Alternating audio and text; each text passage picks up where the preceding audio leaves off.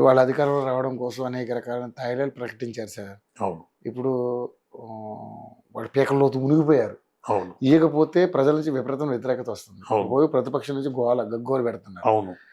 So ఇప్పుడు target కూడా ఏంటంటే బాకీలు చాలా ఉన్నాయి. వాళ్ళకి వడ్డీలు కట్టాలి, మీకు ఇవ్వాలి, ఇంకా వాళ్ళెవరు స్కాలర్షిప్ల కోసం, అదేవిధంగా ఫీజు రియంబర్స్మెంట్ కోసం విద్యార్థులు వాళ్ళు గొడవ పెడతారు. ఇప్పుడు ఆరోగ్యశ్రీ ఉంది.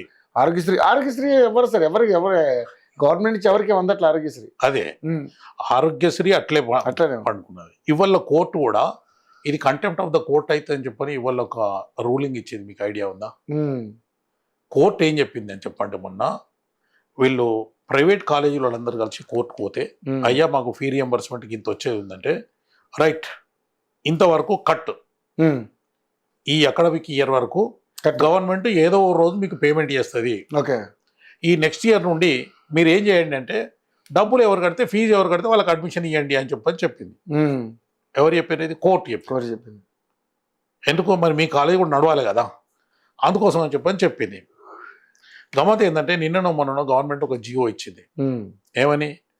ఫీజు కడితేనే అడ్మిషన్ అని చెప్పని ఒకవేళ నువ్వు అంటే నీ మీద చర్యలు తీసుకోబడతాయి అని చెప్పని. ఈ జియో మీద నిన్న ఎవరో కోర్టుకు పోయినారు. కోర్టు చెప్పింది అవునయ్యా, అయితే అవ్వ పెట్టాలి, లేకపోతే అడక తినాలి. అవ్వ పెట్టది అడక తిని అన్నట్టు ఇప్పుడు నువ్వు పెట్టవు, మరి వాళ్ళ కాలేజీ నడవాలి కదా. అయినా నీకు ఒక అవకాశం ఇచ్చింది. ఏం అవకాశం ఇచ్చినా నువ్వు ఈ రోజు వరకు ఏదైతే ఫీ రియంబర్స్మెంట్ నీకు చాతరైతుందో చాతరైతలేదు, ఒక రకంగా ఐపీ పెట్టినట్టు, ఇన్సాల్వెన్సీ పిటిషన్ పెట్టినట్టు, రైట్, నీతో అయితే లేదు కదా. ఇగో ఈ రోజు వరకు ఉన్న బకాయిలు నువ్వు రేపిస్తావా, ఎల్లుండిస్తావా, 6 నెలలకా, ఏడాదికా, ఇంకో 2 నెలలకా, నీ ఇష్టం నువ్వు ఇచ్చేసేయి. అట్ ద సేమ్ టైం కాలేజీలు నడవాలి కదా. అందుకోసం అని చెప్పి వాళ్ళు డబ్బులు తీసుకొని మరి అంటే అట్లా కాదు ఇట్లా కాదు అంటే ఇక్కడ బహుశా మీకు కానీ నాకు కానీ ఎవరికైనా ఒక విషయం డౌట్ వస్తుంది, అసలు ఏం జరుగుతుంది ప్రభుత్వంలో, ఎవరికి అర్థం కావట్లేదు సార్. అంటే ఒక కోఆర్డినేషన్ అనేది ఉందా? అసలు ఒక ట్రాన్స్పరెన్సీ లేదు. ఎస్, ట్రాన్స్పరెన్సీ లేదు, రెస్పాన్సిబిలిటీ లేదు, అకౌంటబిలిటీ లేదు, మూడు లేవు, ఏదీ లేదు, పారదర్శకత లేదు. ఒక రకంగా చెప్పాలంటే ప్రభుత్వం ఉందా లేదా అనే ఫీలింగ్ ఉంది కదా. వాళ్ళు మాత్రం ప్రజాపాలన చెప్తా ఉన్నారు. ప్రజాపాలన అంటే మాకు కూడా డౌట్ వస్తుంది, మేము ప్రజలం కాదా ఏందని డౌట్ వస్తుంది మాకు అప్పుడు. మరి వాళ్ళు ఏ ప్రజలను పాలిస్తున్నారు? మేము ప్రజలం కాదా? మరి మా చేతిలో 1,50,00,000 ఓట్లు ఉంటాయి కదా, మరి మేము మనుషులం కాదా? మేము ప్రజలం కాదా? మేము ఉద్యోగం చేయలేదా? మేము సేవ చేయలేదు, ఎంత చేయలేదా?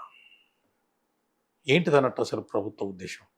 ఏమదే అర్థం కావట్లేదు సార్. అంటే ఇప్పుడు చూడండి, 1000 కోట్లు అనేటటువంటి అంశం గందరగోళం, గాయగత్తరే, మామూలుగా గత్తర కాదు. దయచేసి మళ్ళీ ఒకసారి ప్రభుత్వ అధికారులకు, ప్రభుత్వానికి కూడా సూచన ఏంటంటే, మీరు ఏమన్నా చేసేది ఉంటే క్లియర్గా చెప్పండి. ఈ వీళ్ళకి ఇస్తాం. ఇప్పుడు సపోజ్ మనమే బాగా అప్పులు చేసినాం, సపోజ్ ఏం చేస్తాం? ఇగో రవి గారు, నేను మీకు డబ్బులు ఇచ్చేది ఉంది, 10 లక్షలు ఇచ్చేది ఉంది, ఇక నేను ఈ పలానా వచ్చిన తర్వాత ఇక 2 లక్షల రూపాయలు ఇస్తా, ఇక పలానా తేదీ నాడు ఇస్తా అని చెప్తాం. 2 సార్లు 3 సార్లు 4 సార్లు వాయిదాలు ఏదో అయిపోయిన తర్వాత మీరు ఖచ్చితంగా డిమాండ్ చేస్తారు, ఇది కానే కాదు కూరదని చెప్పి. అరే ఈ ప్రభుత్వం ఏం చేస్తుంది? మరి మనకి రోజు ఇదే చేస్తుంది కదా, మోచేతికి బెల్లం పెట్టి నాకు ఇస్తా ఉంది, ఇక వచ్చే అని చెప్పండి. మరి మేమెట్లా ఎప్పుడు? ఇప్పుడు బర్రె పిల్లిని దొక్కిందట, పిల్లి ఎలకల మీదకి మారేసిందట, ఏం చేస్తుంది? ఏం చేయడానికి లేదు. అంటే నిజంగా చెప్పాలని చెప్పంటే,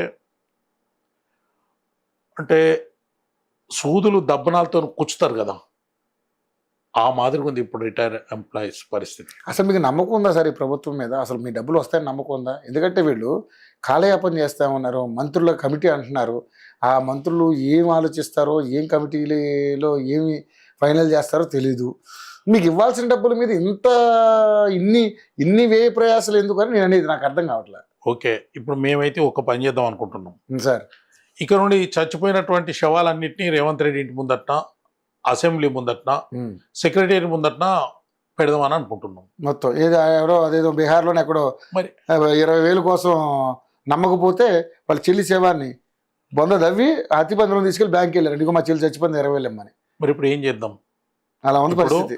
మేము ఇన్ని రకాలుగా మొత్తుకుంటున్నాం, డబ్బులు మావి, మా డబ్బులు, మా డబ్బులు మాకు ఇవ్వు అని చెప్పని మేము అడుగుతున్నాం. మా డబ్బులు వాళ్ళ డబ్బులు వాళ్ళకి ఇవ్వు అని చెప్పని కోర్టు చెప్తుంది. వాళ్ళ డబ్బులు వాళ్ళకి ఇచ్చేయండి మొర్రో అని చెప్పని మీలాంటి జర్నలిస్టులు చెప్తున్నారు. వాళ్ళ డబ్బులు వాళ్ళకి ఇవ్వమని చెప్పని ప్రతిపక్ష పార్టీలు కోరుతున్నాయి.